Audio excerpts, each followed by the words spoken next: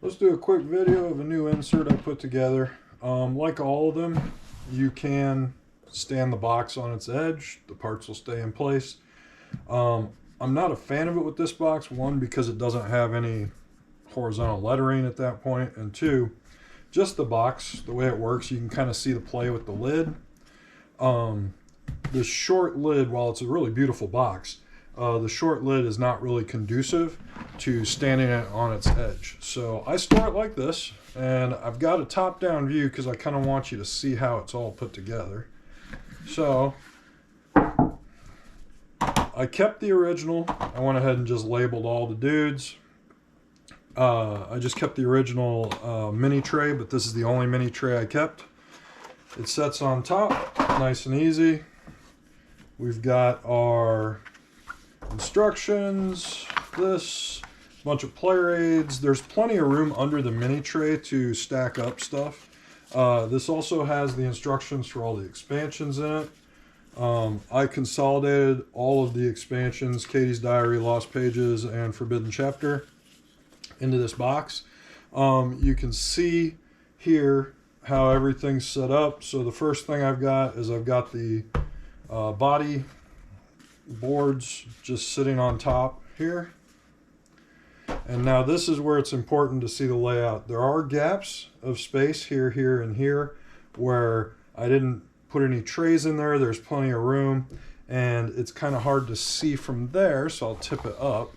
Down here is where all the minis are stored, right underneath this. So let's do this. Let me see if I can give you a better angle. Let's see here, where do I want it? Right about there. I think that's about the best it's going to get, guys.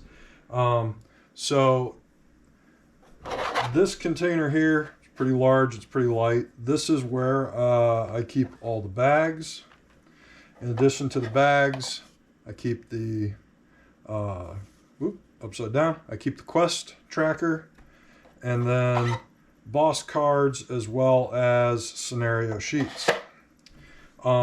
It's a very loose fit, so that way nothing gets damaged. Lots of strings coming out. But the idea behind this was there is a lot, I wouldn't say a lot. There is some extra space in this box, and I don't really feel a need to consume it all with plastic. This insert's already kind of heavy when you start looking at all the individual components. Underneath that, these are all the minis from the expansions. The one exception is the bunny mini is up here in our dice tray. Let's keep going through this here. I want to get this video quickly done. Dump trays. These are all token trays. I'll pull those out individually. It'll make sense where they go. Couple separate card trays, tile tray, and small card trays. So the next step is we're going to pull this guy out. This is our small card tray, and I want to show you, I wanted to make the trays in such a way that you could actually filter through them, and because of that, and because of the tightness of the box, just the lack of space, it's actually the lack of depth in the box, you need to use standard sleeves. If you use premium sleeves, this isn't going to fit. Standard thickness sleeves, not premium. This is our dice tray. Inside it, we got the bunny from Kate's Diary, along with the rings, and then the dice will just sit there on the bottom nicely. And we'll put the bunny back in. He has plenty of room in there. This is just kind of a nice way to put it. Nothing clips. It looks like he's sticking up, but you actually got plenty of space. All right, I'm going to take this out before I get to the bottom. This is one of the standard card trays. What I've done here is I've put turn order, locked components, scenario generators. This is what I call the slim tray. Now, this is the fat tray. This guy holds a lot of stuff. The fat card tray. What we have here is we have scenarios. I alphabetized them to make it easier to find what you were looking for.